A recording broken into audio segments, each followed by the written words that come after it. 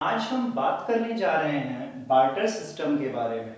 Barter system समाज की एक ऐसी व्यवस्था होती थी जिसमें पैसे का कोई लेना देना नहीं होता था। आज हम लॉकडाउन में हम सभी जी रहे हैं। हम लोगों को इस सिस्टम के बारे में अभी से अच्छा कोई टाइम ही नहीं होगा समझने के लिए। कोई पैसे से मोह माया नहीं, कोई दुनिया से गिला शिकवा नहीं, बस घर में बैठे हैं, चल रहा है। ठीक कुछ उसी तरह का ये सिस्टम था। तो मेरे प्यारे दोस्तों, बंधुओं, साथियों और मेरे प्यारे स्टूडेंट्स, स्वागत है आप सभी का हमारे इस चैनल पांडे क्लासेस में। मैं आप सभी से वेद प्रकाश पांडे आग्रह करना चाहता हूं कि कृपया हमारे चैनल पांडे क्लासेस को सब्सक्राइब करें और हमारे इस अभियान के साथ जुड़े, ताकि ज़्यादा से ज़्यादा लेटेस्ट अपडेट्स तथा वीडियोस आपको देखने मिले और हमारी भी इंकरेज बढ़े वीडियो बनाने के प्रति। तो चलिए दोस्तों, शुरुआत करते हैं इसी के साथ।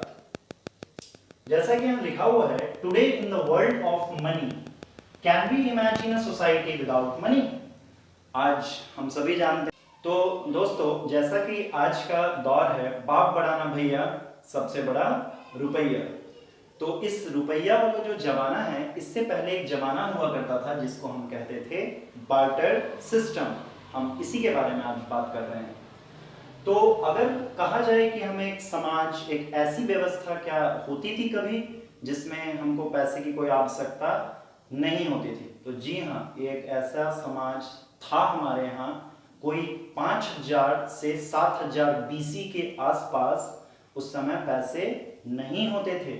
उस समय जो व्यवस्था थी हमारे समाज में, उस व्यवस्था को हम कहते थे बार्टर सिस्टम। क्या होता था इसमें? लोग क्वांटिटी टू क्वांटिटी एक्सचेंज करते थे। मीन्स अपना सामान दूसरे को दिए और दूसरे का सामान जो जरूरत है वो खुद लिए। इस तरह से चलता था उस समय का जमाना। लेकिन उसमें बड़ी काफी दिक्कतें थी।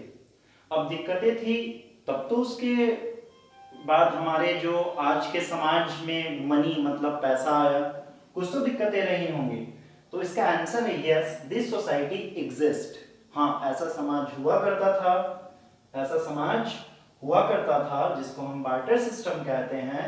और ये समाज commodity to commodity exchange economy के लिए जाना जाता था। लेकिन इसमें दिक्कतें क्या आई, उस दिक्कतों को हम आज देखेंगे।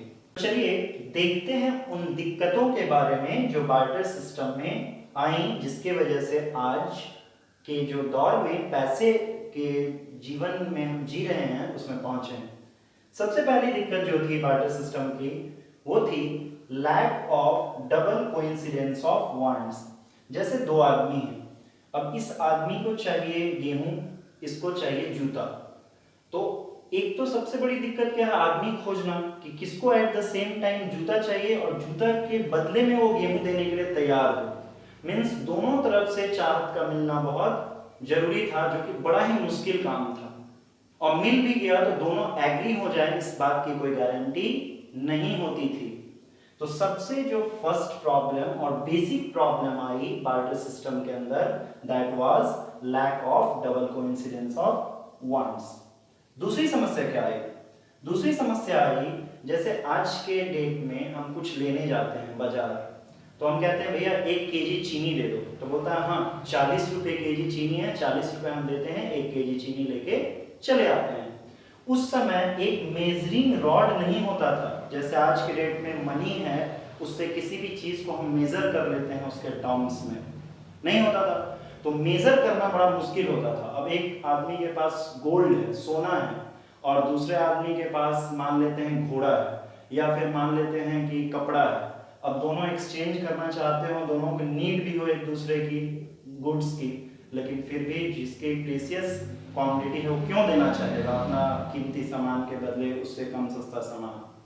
ये दिक्कतें आई कि there was no measuring rod at that time. तो lack of measuring of value was the second problem related with the barter system. आते हैं तीसरे में। अब देखिए एक और एग्जांपल दे रहा हूं। एक आदमी जिसके पास घोड़ा है, एक दूसरा आदमी जिसके पास कपड़ा है। अब जिसके पास कपड़ा है उसको घोड़ा चाहिए, बहुत जरूरी है, कहीं जाना है उसको अर्जेंट में। और दूसरे आदमी जिसके पास घोड़ा है उसको भी कपड़ा चाहिए, हो सकता है उसके घर में शादी हो, दोनों मान भी गए। लेकिन घोड़ा इन कंपैरिजन टू कपड़े के टर्म्स में ज़्यादा वैल्यूएबल क्वांटिटी है या एनिमल है, तो अब घोड़ा तो काट के दे नहीं सकता है देने वाला, तो उसको पूरा घोड़ा देना पड़ेगा, जिसकी वजह से दिक्कत थी कि lack of divisibility was not there, कि जितना उसको देना चाहिए एक्यूरेट हम उतना दे नहीं सकते थे उस टाइम, जिसकी वजह से ये प्रॉब्लम एग्जिस्ट करती थी, लैक ऑफ डिविजिबिलिटी। अब घोड़ा को तो कोई काट के देगा नहीं जितने टर्म्स का या जितने वैल्यू का कपड़ा लेगा एक हिसाब से। यही सब दिक्कतों की वजह से the money came into force और the invention of money came into being. So चलिए आते हैं मनी की तरफ, मीन्स पैसे की तरफ। तो ये जो प्रॉब्लम्स आई बार्टर सिस्टम में, जिसके बाद इन्वेंशन या मनी एग्जिस्टेंस में आया, तो सबसे पहले मनी होता क्या है? तो सबसे शॉर्ट डेफिनेशन बोल सकते हैं आप इसको, money is what money does. पैसा वही है जो कर सकने की क्षमता रखता हो। पैसा कुछ भी कर सकने की क्षमता तो रखता ही है ना, तो money is what money does. ऐसे इसका प्रॉपर डेफिनेशन है कि money is anything which is generally accepted as a medium of exchange, measure of value, act as a standard of deferred payment. But समझने के लिए आप ये समझ लो कि पैसा वही है जो वो कर सकता है या उसमें कर सकने की क्षमता होती है कुछ भी। अब सबसे पहला मेटल ऑब्जेक्ट, जैसे राजा महाराजाओं की सिल्वर पे, तांबे पे, कांस्य पे, ये सब पे जो इंस्क्रिप्शन वाली मेटालिक मनी यूज हुई थी, वो 5000 से 7000 बीसी के आसपास शुरू हुई थी। वो पौराणिक घटनाओं का इसमें ज्यादातर जिक्र होता था। लेकिन प्रॉपर अगर कहा जाए तो 960 AD, after death of Jesus Christ, 960 AD के बाद ऐसा माना जाता है हिस्ट्री में कि पेपर करेंसी सबसे पहले ट्रेस किया गया था चाइना के द्वारा। और जो पॉपुलरली आज के डेट में हम कॉइन्स और करेंसी नोट्स देखते हैं, जो कि वाइडली यूज्ड भी होता है दुनिया के हर क्षेत्र में, वो लेट 19th सेंचुरी मींस 1850 के बाद और अर्ली 20th सेंचुरी मतलब 1901 से 1949, 1901 से 1949 के बाद सर्कुलेशन में आया और आज तक ये बहुत wide spread all over the world चल रहा है। तो अब हम जानना चाहेंगे कि आखिर फंक्शन क्या है मनी का, मनी का क्या काम है। तो मनी के 3-4 काम हैं। पहला जो काम है मनी का, सबसे पहला जो काम होता है मनी का, सबसे पहला काम है money is widely accepted as a medium of exchange. कहीं भी किसी चीज को एक्सचेंज करने में मनी आपको यूज होगा और वाइडली तौर पे होगा, पूरे ऑल ओवर द वर्ल्ड होगा।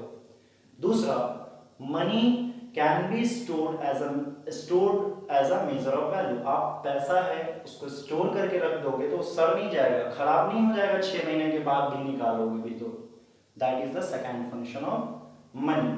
थर्ड क्या है? Money act as a standard of deferred payment. Deferred मतलब होता है फ्यूचर पेमेंट। जैसे हमने उधार में किसी से सामान खरीद लिया तो कितने का खरीदा? 50,000 का खरीदा, तो भैया फ्यूचर में हमको ये 50,000 रुपए देने हैं। That is the standard of deferred payment. Deferred मतलब फ्यूचर में, तो इसमें भी मनी का फंक्शन आया। उसके बाद money also act as a measuring scale. जैसा आप स्केल देखते हो ना, स्टूडेंट लोग जनरली यूज करते हैं, उसमें 15 सेंटीमीटर 30 सेंटीमीटर की स्केल आती है। तो आज के डेट में समाज में समझ लीजिए पैसा उस स्केल की तरह है, उस पे रख के किसी भी चीज को मापा जा सकता है, जो कि सबसे इंपॉर्टेंट फंक्शन माना जाता है मनी का। So I will just rewind once again. Money act as a medium of exchange, money act as a store of value, money act as a standard of deferred payment, and money also act as a measuring scale or measuring rod। चलिए दोस्तों, अब हम देखेंगे कि ये जो coins है या फिर करेंसी नोट्स है, इनको कौन पब्लिश करता है या फिर ये इशू कहां से होती है। तो these coins and currency notes are issued generally by banks। और इंडिया में दो बैंक है, एक है आरबीआई जिसको सेंट्रल बैंक कहते हैं, मेन बैंक कहते हैं, और दूसरा होता है कॉमर्शियल बैंक, स्टेट बैंक या जो भी अदर बैंक्स हैं इस कॉमर्शियल बैंक के कैटेगरी में आती हैं। तो आरबीआई इंडिया का सबसे बड़ा सेंट्रल बैंक है और वही इशू करता है coins and currency notes in the country. तो अब हम जो अगला इसका पार्ट है समझ लीजिए कि this is the part 1 of my video series. When I upload the part 2 in which I will discuss about the whole banking system at all, हम उसमें बात करेंगे पूरा कि सेंट्रल बैंक क्या है, आरबीआई का क्या फंक्शन है, कैसे वो काम करता है, कॉमर्शियल बैंक किसके अंडर आती हैं, एसबीआई, स्टेट, आपको आईसीआईसीआई बैंक, प्रूडेंशियल बैंक, जितनी भी बैंक्स हैं सारी कॉमर्शियल बैंक्स के अंडर आती हैं। पब्लिक सेक्टर, प्राइवेट सेक्टर उसमें भी अलग चीज है। तो हम नेक्स्ट स्टेप में banking system who issue the currency and coins in the countries के बारे में चर्चा करेंगे। कृपया आप हमारे चैनल को सब्सक्राइब करें, वीडियो के नीचे रेड कलर से सब्सक्राइब लिखी रहती है उसे दबाएं और हमारे बेल आइकन को भी प्रेस करें ताकि जितनी भी लेटेस्ट अपडेट है आपको मिलती रहेगी। चलिए सीरीज 2 हम लाएंगे 2-3 दिनों में, तब तक के लिए धन्यवाद। बहुत ही बड़ा आभारी रहूंगा वीडियो देखने के लिए।